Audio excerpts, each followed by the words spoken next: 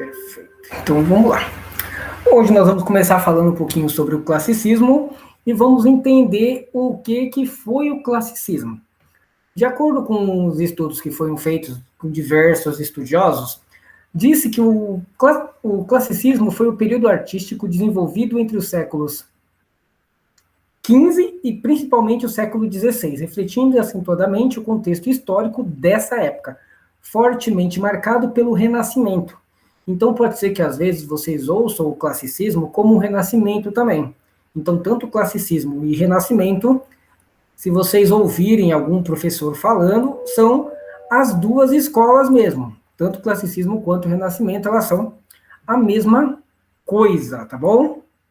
Só para que fique bem tranquilo, para que vocês possam entender.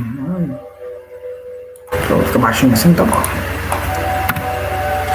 Também chamado de quinhentismo por ter se manifestado mais acentuadamente a partir de 1527, foi um movimento que se revelou na literatura, nas artes plásticas, na filosofia e na música. Por isso que eu coloquei essa música aqui de fundo, porque essa música tem fundos renascentistas e fundos barroquianos. Por isso que eu coloquei essas músicas, tá bom? Herdou a mentalidade do humanismo, que nós vimos na semana passada, a valorização do ser humano racional, detentor de saberes, produtor de conhecimento e responsável por seu destino. Então, o escritor classicista, ele vai falar realmente isso. E algumas coisas que vocês vão ver que ele não vai ter, vai ser a liberdade de criação e predomínio dos impulsos pessoais. Então, o escritor classicista, clássico, ele não tem essa liberdade de criação e nem faz predomínio de impulsos pessoais. Ele não vai ficar ali toda hora colocando a opinião dele em todas as situações dos seus textos. Ele é uma pessoa mais racional, então por isso que dá-se essa justificativa. O contexto histórico, nós temos ali o renascimento cultural e científico, temos a ascensão da economia, da burguesia e valorização da vida urbana. Então o homem clássico ele já começa a se locomover melhor, ele já tem aquele pensamento econômico de querer produzir mais e ganhar mais, e vai fazendo essa valorização da vida urbana, já começa a sair, se relacionar com as outras pessoas. Não que antigamente não fizesse, mas é mais marcante no classicismo. O mecenato, prática adotada por burgueses, nobres, governantes e clérigos que patrocinavam atividades artísticas e culturais em busca de promoção pessoal. Então, esse mecenato é aquela prática de querer se aparecer para os outros e falar, estou aqui para ser patrocinado e mostrar realmente o que eu tenho. Que nós temos hoje também. A adoção do absolutismo monárquico nos reinos europeus, então todos os reinos europeus, aí a gente vai começar a ver que Espanha, Portugal vão começar a se destacar, e aí dá-se aquelas visitas, aquelas buscas pelos outros países para querer colonizar, aquilo que nós vemos em história, a gente vai ver um pouquinho aqui também. Falando sobre isso, vem as grandes navegações, Cristóvão Colombo chega na América em 1492, Vasco da Gama viaja até a Índia em 1498, e os portugueses chegam aqui no Brasil no ano de 1500, como nós já conhecemos e já sabemos. Algumas reformas religiosas protestantes acontecem, então aí nasce o luterismo, que vem lá do Martim Lutero, o anglicismo e o calvinismo, que vem de Calvin. Então, são aqueles homens que eles começam a observar que a igreja, ela tinha ali no seu período humanístico todo o poder, vinha lá do trovadorismo, depois veio galgando nas escolas literárias, mas quando chega no classicismo, as reformas elas vêm muito graças a Martim Lutero e a Calvin, que eles lutam ali para falar, não é assim, o homem ele tem que ter direito à educação, ele tem que ter direito a entender, porque antigamente quem lia as rezas, todas as coisas que tinham na igreja era só o padre que lia, mas ninguém tinha esse detentor de conhecimento, a Bíblia não era dada para as pessoas, o pessoal não tinha direito de compra, nem de aquisição a ela, e Martim Lutero e o Calvin e os anglicismos, eles começaram a, por quê? Por que isso? Por que daquilo? E começaram a fazer uma reforma religiosa, abrindo espaço para que diversas outras religiões pudessem ser criadas. Então foi um período bem importante também.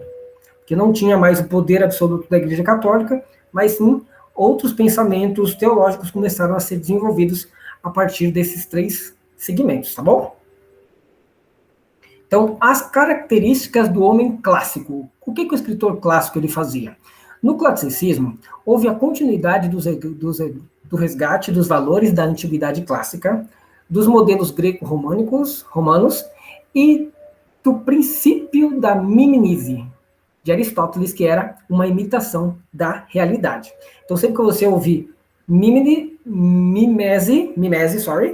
vocês vão entender que vai falar um pouquinho sobre imitação, nesse caso da realidade.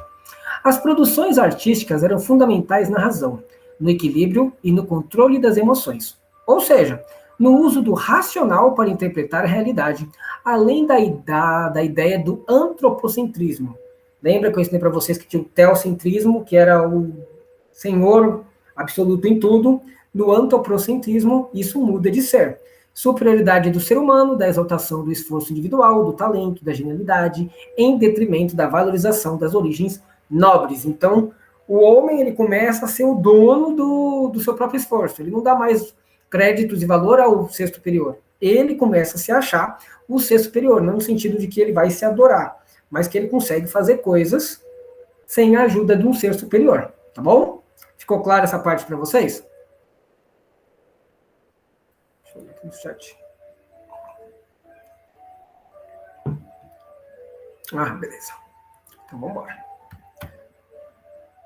Então, aí nós também temos aqui, no nosso classicismo, que alguns temas que são bem utilizados, que são temas universais como o bom, o belo, a natureza, a presença do bucolismo, o termo bucólico, que significa um ambiente natural com sinônimo de felicidade, por ser harmônico, simples e equilibrado, foram muito explorados. Então, o homem, ele entra em contato com a natureza. A natureza faz essa parte do tema bucólico, então tudo é bom, tudo é belo, tudo é maravilhoso. O clima, você está ali no ambiente natural, esse bucolismo. Esse é o bucolismo, que é o termo bucólico também que a gente pode utilizar. Na poesia, foi recorrente a temática do amor idealizado, aquele amor platônico, a devoção à mulher amada, como ser intocável de beleza e devota de perfeição. Então, vocês vão ver muito isso acontecer no homem clássico. Então, eles vão estar ali de uma forma assim, bem assim, maravilhosa. E vocês vão ver muito isso, até mesmo na lírica do Camões, onde ele vai mostrar uma mulher com uma vista e aspectos físicos despojada de espiritualidade. Então, ela vai ser ali o ser, não vai ser um ser superior, mas ele vai dar muita devoção à mulher. E vocês vão ver isso muito em Camões. Também, nessa época, Sá de Miranda introduz a medida nova. O que é a medida nova? São um soneto. O que é o soneto? O soneto é um poema que ele é composto de 2 versos com 4 linhas e 2 versos com 3 linhas. Que é o nosso famoso soneto, 2 quartetos, 2 tercetos, e todos eles com versos decassílabos, que lembra que eu expliquei para vocês que cada versinho ali bonitinho, a gente fazia a leitura métrica deles e eles seriam decassílabos, ou seja, teriam 10 sílabas ali. Então, você vai ver que nessa introdução de Sá de Miranda com os sonetos, nós vamos ver isso muito, esses versos decassílabos. Vou até mostrar alguns para vocês. Aqui nós temos o Luiz Vaz de Camões, que eu queria fazer um adendo a ele, lembrar de classicismo, a gente lembra do Camões, que ele foi um grande nome desse período clássico, com um livro chamado Os Lusíadas, que é um livro assim bastante conhecido e que traz algumas histórias interessantes para nós. O grande nome do período foi Luiz Vaz de Camões, que escreveu a epopeia Os Lusíadas, obra que canta os grandes feitos do povo português, apesar de fazer críticas àqueles que enriquecem a burguesia, à custas dos navegadores que morrem nos mares. A gente vai ver isso muito no episódio do Velho Rastelo. Vocês já chegaram a ver, conhecem um pouquinho sobre os Lusíadas, já ouviram falar alguma coisa? Porque a gente vai trabalhar, mas vai ser de uma forma assim bem resumida. Vocês conhecem um pouquinho da obra dos Lusíadas, de Camões? Beleza, Yasmin? Então beleza. Então a gente pode partir mais para frente. Ele também escreveu a poesia lírica, na qual desenvolveu odes, eclogas e outros textos. Essas odes eram manifestações de amor, ode à minha amada, cartas que eram escritas para as outras pessoas, que ele escrevia para outras pessoas. E outros textos representantes da medida velha, versos redondilhos ou as redondilhas de Camões, além de sonetos que representantes da medida nova. Alright? Os temas canonianos mais recorrentes foram o desconcerto do mundo, as rápidas e várias mudanças ocorridas em seu tempo e sofrer de amor, a luta entre o amor idealizado e o amor carnal. Então a gente vai trazer um pouquinho do que a gente viu lá no humanismo, desse amor carnal, será que ele pode, será que ele deve, vai realmente falando um pouquinho sobre isso. E quando a gente fala dessa questão da medida nova para fazer os versos, a única coisa que não se relaciona a essa medida nova é a cultura popular e tradicional, porque a medida nova, ela tem os versos decassílabos, ela é influenciada até pela cultura italiana, ela tem uma predileção de formas fixas, então você vai fixar, né? Por exemplo, vocês vão ver a Epopeia dos Lusíadas, são versos todos decassílabos, vocês podem olhar, todos são versos decassílabos. Nós também temos sonetos com tercetos, oitavas e muitas odes, porém, a cultura popular e tradicional, ela não se relaciona a essa medida nova que nós vamos ver com tanta ênfase, tá bom? E o amor idealizado assumindo um caráter espiritualizante, portanto, purificador. Então, esse amor, ele vai purificar tudo, a ponto de aproximar aquele que ama, amador, do divino. Então, é uma coisa assim, bem por isso que recebe esse nome de neoplatonismo, que é o novo Platão, o novo amor platônico, que é uma coisa assim, bem, bem bacana dessa questão clássica. Aqui eu trouxe para vocês o canto do Velho Restelo, lá de Camões. Então eu trouxe para vocês os versos 94 e 95, que vai falar um pouquinho do Rastelo. Então prestem bastante atenção. Mais um velho de aspecto venerado que ficava às praias entre a gente, posto em os olhos, meneando 3 vezes a cabeça descontente, a voz pesada um pouco alevantado, que nós no mar ouvimos claramente, com saber só experiências feito, tais palavras tirou do esperto peito. Ó glória de mandar, ó vã cobiça, desta vaidade a quem chamamos fama, o fraudulento gosto que se atiça, com aura popular que honra se chama, que castiga o tamanho e que justiça, fazes no peito o vão que muito te ama, que mortes, que perigos, que tormentas, que crueldades neles experimentas. Então vocês podem olhar aqui, que é os Lusíadas das oitavas 94 e 95 do Camões. Se você olhar cada uma desses versos, são versos decassílabos. E aí eu expliquei para vocês na primeira aula como que a gente faz a métrica dos versos decassílabos, e aí vocês vão ver que todos, a obra completa, a epopeia completa dos Lusíadas são feitas em versos decassílabos. Eu não sei o que o Camões fazia naquela época, mas ele tinha uma mente para fazer e para montar de uma forma assim esplendorosa. Todos os versos são decassílabos. É um negócio assim que me deixa impressionado como que o homem clássico conseguia fazer esse tipo de coisa. E aqui eu trouxe para vocês também verem um soneto de Camões. Torna-se o amador na coisa amada, por virtude do muito imaginar.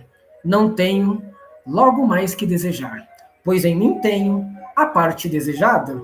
Se nela está a minha alma transformada, que mais deseja o corpo de alcançar? Em si somente pode descansar, pois consigo tal alma está liada. Mas esta linda e pura semidade, que com um acidente em seu sujeito, assim como a alma minha se conforma, está no pensamento como ideia, e o vivo e puro amor, que sou feito, com a matéria simples busca a forma. Esse soneto aqui, que nós temos 2 quartetos e 2 tercetos, nós também podemos olhar, observar, fazer a métrica dele, vocês vão ver que tem versos decassílabos. Sem medo de ser feliz. Camões, realmente é um marco assim no classicismo, porque ele é sensacional. Você olha para ele assim, você fala, meu, como é que Camões conseguia fazer isso? Gente, o homem clássico, ele é um homem transformador, ele veio para realmente fazer uma mudança assim grandiosa em todos os sentidos. E só para a gente fazer um resumo desse período clássico, nós temos aqui o momento da sociocultura, que é o Renascimento, a revalorização dos modelos culturais da antiguidade clássica pela burguesia mercantilista. Então, o homem burguês que vendia as coisas, ele queria voltar àquele tempo clássico, aquela coisa antiga de ser um trovador, mas de uma forma mais elaborada. Ele queria voltar ao clássico, mas daquele jeito mais tradicional da época. Grandes navegações e desenvolvimento do antropocentrismo, e aí nós vemos a volta do humanismo aqui no período clássico, a reforma protestante, a crise na Igreja Católica, porque quando os reformadores queriam fazer essas mudanças, a Igreja Católica, claro que ela não queria, detentora de todo o poder eclesiástico da época, porque abaixo dela só os reis, então ela não queria perder esse poder. Então foi uma crise muito grande que a Igreja Católica viveu naquela época. Aí nós temos o nascimento da ciência moderna, e você começa a ver que com essa ciência moderna o homem ele se torna mais racional, ele começa a pensar em todas as possibilidades, ele não é mais aquele homem idealizador, pô, tudo é uma coisa do divino. Não, ele quer saber por que que acontece. Então é isso que o homem clássico ele faz, é isso que Camões ele traz. Mesmo vocês lendo Lusíadas, você vê ali a crítica que ele faz a todo momento, ele sabe que as navegações são uma epopeia maravilhosa, porém, quem deveria estar à frente ficava, e os próprios navegadores que iam, muitas vezes não voltavam, então por isso que tinha essa crítica nesse momento. As características literárias do classicismo, nós temos o humanismo, o antropocentrismo, o racionalismo, a decadência dos valores religiosos, se o homem ele começa a pensar mais, começa a raciocinar mais, ele começa a esquecer, não digo esquecer, mas ele começa a pensar, pô, nem tudo é milagre. Por que acontece o milagre? E aí ele vai procurar raciocinar sobre isso. A arte como mimetismo, que é a imitação dos modelos da antiguidade, harmonia, equilíbrio, proporção de formas, substituição da medida velha medieval versos de 5 e 7 sílabas métricas, que a redondilha menor e a redondilha maior, pela medida nova. Então, se antigamente os versos tinham 5 e 7 sílabas, agora nós temos uma redondilha maior, que é a redondilha nova, proveniente da Itália, com os versos decassílabos, tanto nos sonetos como nos textos que nós vimos, que nós falamos um pouquinho sobre Camões a esse respeito.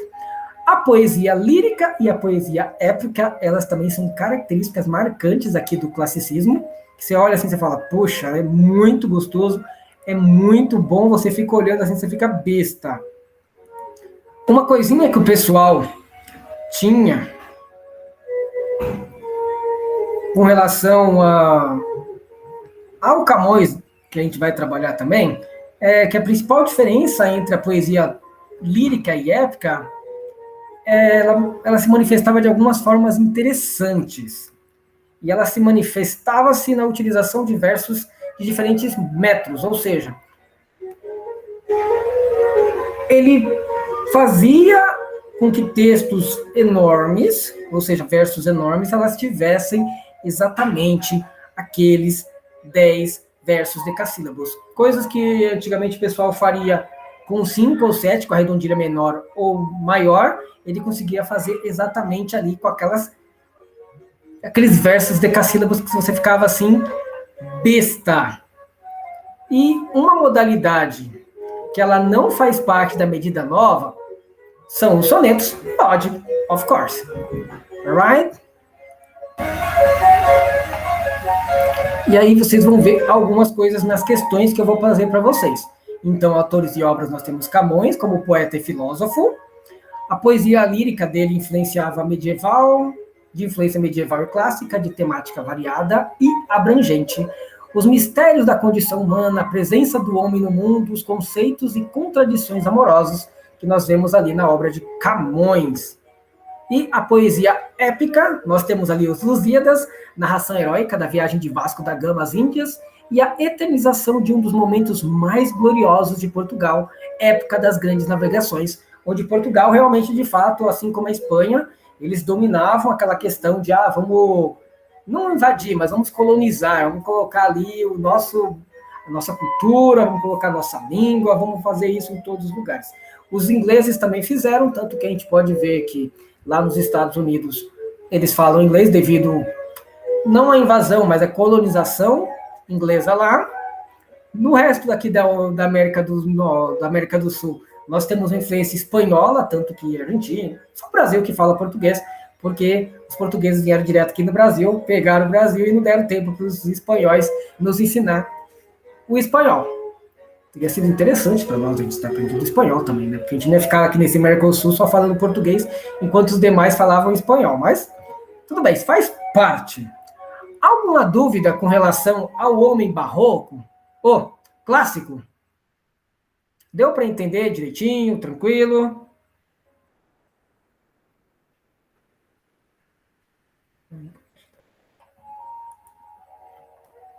Ai, beleza, beleza. Muito bom. A música não está muito alta, não, né? Então, beleza. Porque às vezes parece que eu estou gritando aqui, porque eu estou tentando ficar mais alto que a música, mas tá certo. Então, agora a gente vai sair do homem clássico e vamos entrar no escritor barroco. E vamos entender o que é o barroco. Diferente um pouquinho do clássico, o barroco ele traz algumas coisas a mais para sempre. Eu penso assim que é uma coisa assim, bem interessante. Essas escolas literárias, esses momentos literários, eles sempre vão trazendo coisas novas. Eles vão pegando um pouquinho do que se passou, vai fazendo aquela recriação, mas colocando a sua personalidade, o seu aspecto, a sua coisa diferente. Nem, por exemplo, estava até pensando aqui, preparando a aula no começo da semana. Né? Por exemplo, eu estava falando até com as minhas filhas. Filhas, quando o papai ele tinha a idade de vocês, a coisa que o papai mais gostava de comer era pão com manteiga. Por que pão com manteiga? Porque era aquilo que meu pai podia me dar. E aí, hoje, eu fico assim, nossa, elas têm a oportunidade de comer, não que eu não tivesse naquela época, mas que meu pai não tinha condição de fazer aquilo para mim. Então, faz de conta que a literatura é o pão e que você recria aquela questão do pão, porém, o que eu comia de manteiga, hoje elas comem de mortadela, presunto, queijo. Então, ele sempre vai recriando as coisas e trazendo um pouquinho do seu para eles. Então, provavelmente, minhas filhas vão fazer coisas diferentes. O pão não vai faltar, porque pão tem que ter, né? Mas ela vai trazer uma boa coisa diferente para que os meus netos possam comer. Então, isso que é uma escola literária. Você sempre vai recriar algo que já foi criado, porém trazer com a sua cara, com o seu jeitinho ali. O barroco, também conhecido como seiscentismo, foi um movimento artístico-cultural construído entre o final do século XVI até meados do século XVIII. Marcado por conflitos íntimos e insegurança e apoiado na herança medieval, assumiu uma postura de reação aos valores humanistas e renascentistas, que marcaram o período anterior, o classicismo. Então a gente já pode ver que o homem barroco ele vai ser um pouquinho diferente ali do homem clássico.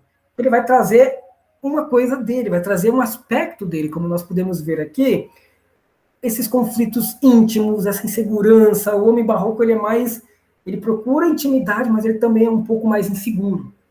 E aí a gente vai ver isso nos seus escritos. O contexto histórico que nós temos ali agora com o barroco, nós temos o apogeu do capitalismo comercial e do antigo sistema colonial. Então a gente vê ali o capitalismo tomando conta ali do meio comercial e o antigo sistema colonial ele volta onde os governos reis começam a mandar e o povo começa a ter novamente uma monarquia vigente, assim, abrangente. A burguesia portuguesa enriquecida com lucros obtidos no comércio de produtos orientais de luxo, no tráfico de escravos e na exploração do pau-brasil e da cana-de-açúcar e do ouro brasileiro. Então, nesse momento aí, os navegadores levavam tudo isso lá para Portugal e Portugal realmente se explorava, se apoiava, deixava... Fazia do Brasil o que o Brasil é hoje, né? Se tivesse vindo para cá os ingleses, nós teríamos feito que nem os americanos que botaram isso para correr. Mas aqui o Brasil, a gente, infelizmente, tem essa cultura de agradar todo mundo, deixar todo mundo pegar o que é nosso e é uma coisa triste. Reforma católica, então, nesse momento barroco, a Igreja Católica ela tem uma reforma, ela não se restaura. Isso é uma coisa que tem que ficar bem claro. Restaurar é trazer de novo aquilo que estava, aquele negócio antigo de volta à vida. Reformar, não. A coisa já está feita, e aí você faz uma modificação ou outra nessa coisa que já está feita, tá bom? Tem um prédio, e aí você vai fazer uma reforma. Você, posso até manter ele no seu sentido original, mas não vou mudar isso aqui, mudar aquilo lá. Restauração, não. A restauração você restaura e deixa do jeito que era quando foi feito, tá bom? Ou contra-reforma, que era alguns padres, o pessoal da Igreja Católica, que não estava afim de fazer aquela restauração, então eles vieram com essa contra-reforma aí. O fortalecimento do Tribunal do Santo Ofício da Inquisição e publicação de lista de livros proibidos, o Index Librarium Prohibitorum. Então, aí a gente começa a ver que Calvin, Martin, eles começam, aquela reforma, aquela coisa que eles começaram no período clássico, sai à tona aqui, os livros que eram escondidos da grande população começam a ser revelados e o pessoal começa a querer ter a sede por leitura, por conhecimento. Tanto que nós temos aqui o Santo Ofício da Inquisição, onde Martim Lutero ele foi fantástico, ele fez realmente muita coisa. O Nome da Rosa, que é um filme muito bom, vai falar um pouquinho disso para vocês com mais propriedade. Como faz tempo que eu assisti, então não vou contar toda a história para vocês, porque pode ser que eu venha aqui falar alguma asneira, e aí vocês vão ficar, nossa, mas ele falou coisa ali que não tinha nada a ver. Como falei, não vou relatar, mas é um filme muito bom que fala um pouquinho também sobre esse período da Inquisição, para que vocês possam conhecer um pouco mais sobre o homem barroco. A educação era controlada pela Companhia de Jesus nos Impérios Ibéricos. Então, essa Companhia de Jesus foi que veio aqui para o Brasil ensinar o português para os índios. Então, o que era a forma de fazer com que a pessoa ela lhe obedecesse? Antigamente, e hoje também a gente pode ver isso com relação ao inglês, porque o inglês é uma língua mundial, então você quer ter alguma coisa, quer ter alguma vantagem, aprende inglês que vai ser bom para vocês. Naquela época, eles queriam manter o quê? Queriam controlar a educação pela sua língua, os portugueses no caso, para quê? Para que o povo pudesse falar a língua dele, e ele pudesse mandar no povo, o povo lhe obedecer. É uma forma de poder, essa questão da língua. Então, por isso que hoje a língua inglesa ela está aí tão forte, porque a gente pode ver, Estados Unidos, o resto do mundo fala inglês, porque lá eles têm um poder absoluto, não é um poder absoluto, mas eles comandam muita coisa. Então, se você conhece, se apropria do poder do seu inimigo, você fica tão forte quanto. Oi, meu amor. 2 balas você pode pegar, tá bom? E a União das Coroas Ibéricas, que aconteceu no ano de 1580 até 1640. Tem 2 balas aí? E sim. Algumas características do barroco que eu trouxe para vocês. Uma das características marcantes do barroco é a fusão de valores medievais e renascentistas, conhecida como fusionismo. Então, a gente vai pegar aqueles valores medievais, vou voltar lá no trovadorismo, no arcadismo, vou trazer as culturas renascentistas. Lembra que o classicismo é uma forma de renascimento, então ela vai ser chamada de fusionismo. Foi aquilo que eu falei, eu peguei o pão, trouxe o pão ali, comia com manteiga. Passou um tempo, a manteiga é legal, mas tem o queijo, tem a mortadela, tem o presunto, então dá para fazer essa fusão também, ficar muito mais gostoso. Foi isso que o homem clássico, o período barroco, teve. Como, por exemplo, a tentativa de unir fé e razão, que eles tentaram fazer isso, mas a gente sabe que nunca vai dar certo isso, fé com razão. Eu tenho fé que as coisas vão acontecer, mas o que vai acontecer? Por causa disso. Então a gente tem que ter essa questão. Com o fusionismo, foi explicitada a existência da dualidade, então existiam 2 papéis ali, por isso que tem o duo da dualidade, tá bom? Expressão dos conflitos internos do ser humano barroco, na tentativa de unir os opostos, o perdão e pecado, bens espirituais e bens carnais. Então, o homem barroco é aquele homem que, eu faço coisa errada, mas eu posso ser bom, eu não gosto do meu vizinho, mas eu gosto do outro, mas eu sou bom, mas mesmo assim, ele fica naquela coisa interna, dentro daquele conflito interno, que ele quer ser bom, mas faz coisa errada, ele quer ser ruim, mas faz coisa boa. Então, o homem barroco é um homem confuso nos seus pensamentos, porque ele tenta fazer uma coisa unindo com outra e ele vê que não dá certo fazer isso em muitos casos, mas ele traz isso para a sua literatura, para a poesia, para todas as coisas. Além dessas características, ainda há o gosto por aspectos repugnantes da vida humana, o chamado feísmo, culto ao feio ou locus horrendos. Da mesma forma, quando se fala em barroco, é preciso mencionar duas concepções que nortearam esse período, o cultismo e o conceptismo. Eu vou explicar cada um deles nos parágrafos seguintes. O cultismo constitui no rebuscamento da linguagem por meio de jogo de palavras, imagens de construção, também chamado de gongorismo, em virtude de seu grande uso pelo poeta Luiz de Gongora. É muito frequente na poesia, então aquele jogo de palavras para confundir, para deixar a pessoa assim, nossa, ou então as rimas bem elaboradas, que faz com que a pessoa fique ali, nossa, como que ele consegue fazer isso? E ele traz de uma forma assim bem gostosa, por isso que é bem importante estudar as figuras de linguagem, que vai nos ajudar nessa questão também, e as figuras de construção. Já o conceptismo caracterizou-se pelo rebuscamento do conteúdo, pela construção da manifestação de ideias. É um jogo de raciocínio que dificulta o entendimento dos textos. Também é chamado de quevedismo, uma vez que Francisco Quevedo, para aprofundar suas reflexões, lançou mão desse recurso. Então, é aquele momento que, quando eu não fiz faculdade, eu achava a literatura um pouco complexa. Por quê? Porque na época do Barroco, o Barroco sempre me dava muito trabalho, porque o conceptismo ele trazia aquele jogo de palavras que você tinha que ficar pensando ali, elaborando, falando, pô, por que o cara escreveu isso? O que ele quer dizer com isso? Então, o homem barroco, por ele ser muito confuso, ele traz confusão para a gente também, mas essa confusão é uma confusão gostosa. Claro que depois que eu estudei na faculdade e vi ali que eu tive professores que realmente souberam me explicar o porquê desse homem confuso, o porquê dessa confusão, ficou mais fácil para mim, mas na época, meu pai, era um negocinho gritante. Uso frequente, excessivo até de metáforas, hipérboles, analogias, imagens insólidas, silogismo e sofisma. Então a gente vai ver muito dessas coisas no homem barroco, tá bom? Dúvidas até aqui?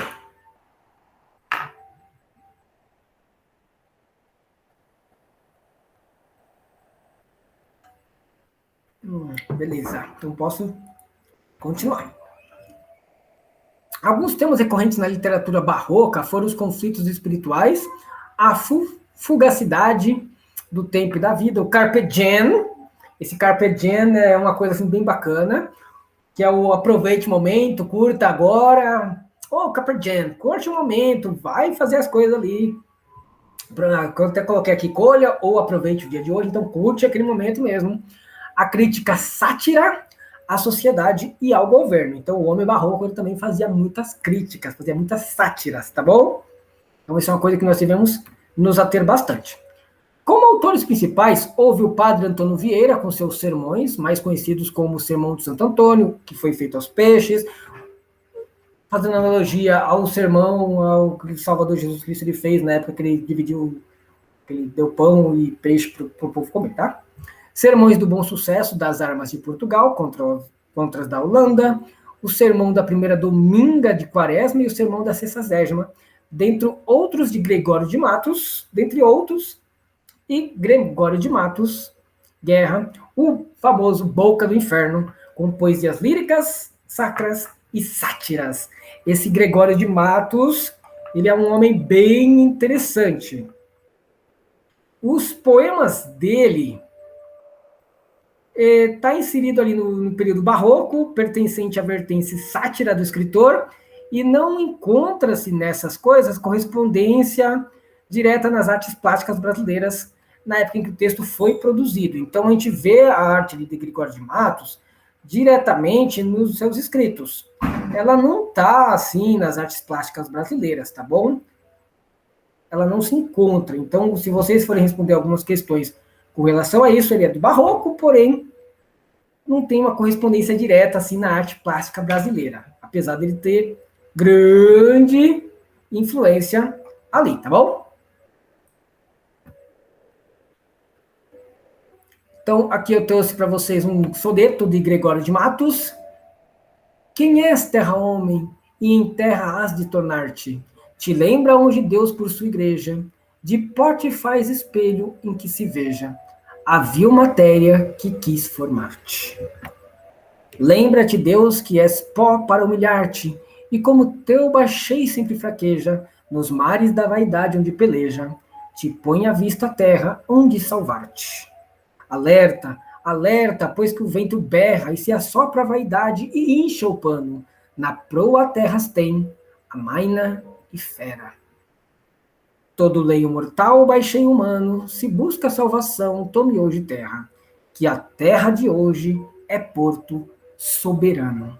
Então, esse é um escrito do homem barroco, onde ele realmente faz uma crítica, onde ele tem ali, você consegue ver no seu soneto ali aquela questão do homem interno querendo uma coisa, lembrando disso, lembrando daquilo, quando ele fala aqui, e lembra-te, Deus, que és pó para humilhar-te, e como eu te baixei para sempre fraqueja, nos mares da vaidade onde peleja, te põe à vista a terra, onde salvar-te. Então ele está falando ali que tem que se humilhar, tem que procurar a salvação, ele está sendo assim bem confuso no seu escrito, no seu escrever. O homem barroco ele é confuso por natureza mesmo, porque ele tem aquela luta interna, alerta, alerta, pois que o vento berra e assopra a vaidade e enche o pano. Então ele começa ali naquela inquietude dentro dele mesmo, escrever os seus textos, naquela confusão maravilhosa de palavras que só o escritor barroco consegue trazer para nós. E aí aqui eu tenho o Sermão do Mandato, que esse aqui é um sermão bem bacana, do padre Antônio Vieira, que ele diz assim, e aí eu vou ler para vocês somente o fragmento, que é o Sermão do Mandato. O primeiro remédio que dizíamos é o tempo. Tudo cura o tempo, tudo faz esquecer, tudo gasta, tudo digere, tudo acaba. Atreva-te o tempo às colunas de mármore, quanto mais os corações da cera. São as afeições como as vidas, que não há mais certo sinal de haverem de durar pouco, que terem durado muito. São as linhas que partem do centro para a circunferência, que quando mais continuadas, tanto menos unidas. Por isso os antigos sabiamente pintaram o amor do menino, porque não há amor robusto que chegue a ser velho. De todos os instrumentos com que do que armou a natureza, o desarma o tempo. Afrouxa-lhe o arco com que já não atira, embota-lhe as setas que já não fere, abre-lhe os olhos com que vê o que não via, e faz-lhes crescer as asas, que convoa e foge. A razão natural de toda esta diferença é porque o tempo tira a novidade das coisas, descobre-lhe os defeitos, enfantasia-lhe o gosto, e basta que sejam usadas para não serem as mesmas. Gasta-se o ferro com o uso, quanto mais o amor. O mesmo amar é causa de não amar. O ter amado muito de amar menos. Então, essa aqui é uma parte do Sermão do Mandato. Esse sermão acima mencionado não se enquadra, em princípio, como um texto literário, por não se tratar de uma poesia, romance, conto ou novela. Entretanto, há uma literalidade para se refletir ao tema amor. Então, esse é apesar de não estar ali no quesito literário em si, que eu trouxe para vocês poderem ver, vocês podem ver que ele está ali naquela questão literária, por se referir ao tema do amor, e você vê que ele começa a fazer um vem e vai para explicar o tempo, para trazer o amor, então ele consegue fazer isso com uma grande maestria. Fazendo o quê? Um jogo de palavras ali, aquele conflito interno que nós já vimos que o homem barroco, ele tem e ele traz para nós. Um momento sociocultural, nós temos ali a Contra-Reforma, que é a reação da Igreja Católica. Os novos valores humanistas defendidos pela burguesia, elas se chocam com os valores teocêntricos representados pelo clero. Então, a burguesia ele quer uma coisa, e o clero, que é a igreja, ele quer a outra. Ela quer a volta, ali tem o teocentrismo, quer que Deus seja o ponto de tudo, e já os burgueses, não, a gente quer, nós fazemos tudo, a gente está correndo atrás. Então, tem aquele choque. E começa em Portugal, com o domínio espanhol, que dura de 1580 a 1640. Algumas características que a gente vai ver, muito importante: a antítese e a dualidade, a contradição, o sagrado e o profano, a razão e a emoção, o espiritual e o carnal, vida e morte, medievalismo e renascentismo. Então, tem essa antítese, tem essa dualidade, tem esses dois caminhos que se chocam ali. Ali a literatura é baseada em antíteses, paradoxos, inversões sintáticas, hipérbatos e exageros, que são as hipérboles, que expressam a angústia existencial barroca. Então, o homem barroco ele tem tendência a ser bem exagerado. Predominância de duas tendências que se interpretam: o cultismo, que é o rebuscamento formal, o jogo sensorial de palavras, e o conceptismo, que é a sofisticação do plano das ideias e argumentações paradoxais. Entre os seus autores e obras, nós temos aqui o Padre Antônio Vieira, o maior orador sacro da língua, que escreveu sermões, 15 volumes entre 1679 a 1718, e a História do Futuro, que foi escrito em 1718, entre outras obras que o próprio Antônio Vieira ele fez. Temos também o Francisco Manuel de Melo, que estudou com os jesuítas e seguiu carreira militar. Ele escreveu a Carta de Guia dos Casados, lá em 1651, a Carta dos Familiares, um pouquinho antes, um pouquinho depois, 1664, e algumas obras métricas em 1665. Temos o padre Manuel Bernardes, que escreveu a Nova Floresta, que tem 5 volumes, de 1706 a 1728, Luz e Calor, que também foi escrito em 1696. E aí, com relação ao barroco, nós temos também uma coisa bem importante que vocês têm que entender, que uma coisinha que não tem no barroco: esse homem centra suas preocupações em seu próprio ser, tendo em mira seu aprimoramento com base na cultura greco-latina. Então, o homem barroco ele não tem essa referência. Ele não vai falar dele como ser, se ele está se aprimorando, ele não vai falar isso, não. Ele vai ser um homem um pouquinho mais feudal, vai ser um homem um pouquinho mais perdidinho ali no seu quesito. Outra coisa que também não corresponde ao barroco é o universalismo, a uniformidade, características de projetão. O homem barroco ele não projeta nada, ele não tem visão, assim, não tem pensamento assim, eu vou fazer isso, aquilo. O homem barroco ele está ali vivendo. Lembra? Carpe diem, curte o momento. Esse é o nosso homem barroco. E o conceptismo, ele caracteriza-se apenas pela linguagem rebuscada. Não! Essa é uma alternativa incorreta se vocês forem fazer lá depois no formulário, tá bom? Então, o conceptismo, ele não se caracteriza pela linguagem rebuscada, culta e extravagante. Ele usa algumas coisas, assim, bem interessantes, porém ela não é uma coisa, assim, rebuscada, tá bom? E o nosso querido amado Gregório de Matos, quando ele faz as suas farpas, elas nunca vão se referir aos mais simples, ele vai ser sempre mais aos homens que têm mais poder, que têm mais oportunidades que os demais homens, porque até então o homem barroco, ele vai falar para todos os tipos de homem, mas ele vai dar sempre aquela alfinetada naquele homem que tem mais conhecimento, porque conhecimento é poder. Quanto mais você tem, mais você tem que procurar para que você possa crescer ainda mais. Alguma dúvida ou pergunta sobre o que nós vimos na aula de hoje, meninas?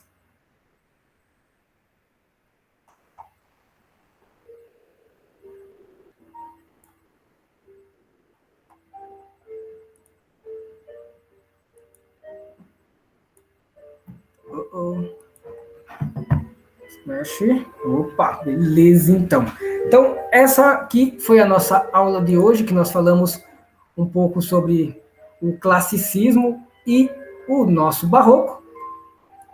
E espero que vocês tenham gostado mesmo, porque eu achei assim uma aula assim bem tranquila, uma aula bem